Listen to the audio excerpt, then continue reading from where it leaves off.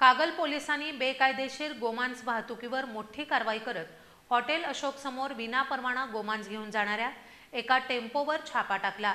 या कारवाईत पोलिसांनी सुमारे 2000 किलो गोमांसासह एकूण 7 लाख रुपयांचा मुद्देमाल जप्त केलाय। त्या गोमांसाची जेसीबीने विल्हेवाट लावली जाते। कागल इथल्या हॉटेल अशोक समोरून बेकायदेशीररित्या गोमांसाची वाहतूक केली जात असल्याची गुप्त माहिती कागल पोलिसांना मिळाली होती। या माहितीच्या आधारे पोलिसांनी सापळा रचला आणि आज सकाळी विनापरवाना गोमांस घेऊन जाणारा एक टेम्पो पकडला। पोलिसांनी लाटवडे रोड इथं राहणाऱ्या टेम्पो चालक आतिक बेपारीला रंगेहात पकडलं। त्याच्याकडे गोमांस वाहतुकीसाठीचा कोणताही परवाना नव्हता। या कारवाईत पोलिसांनी अंदाजे 2 लाख रुपये किमतीचं सुमारे 2000 किलो गोमांस जप्त केलं।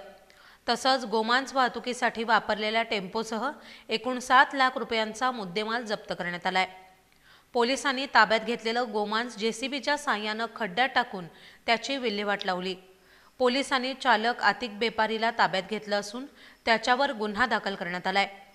ही कारवाई कागल पोलीस स्टेशनचे निरीक्षक गजेंद्र लोहार यांच्या नेतृत्वाखाली पोलीस रमेश टावरे, युवराज पाटील आणि सुनील कांबळे यांनी यशस्वीरित्या पार पाडली। पुढील तपास पोलीस रमेश टावरे करतायत। बेकायदेशीर गोमांस वाहतुकीवर झालेली ही कारवाई कागलमधील सर्वात मोठी आणि अत्यंत महत्त्वाची मानली जाते।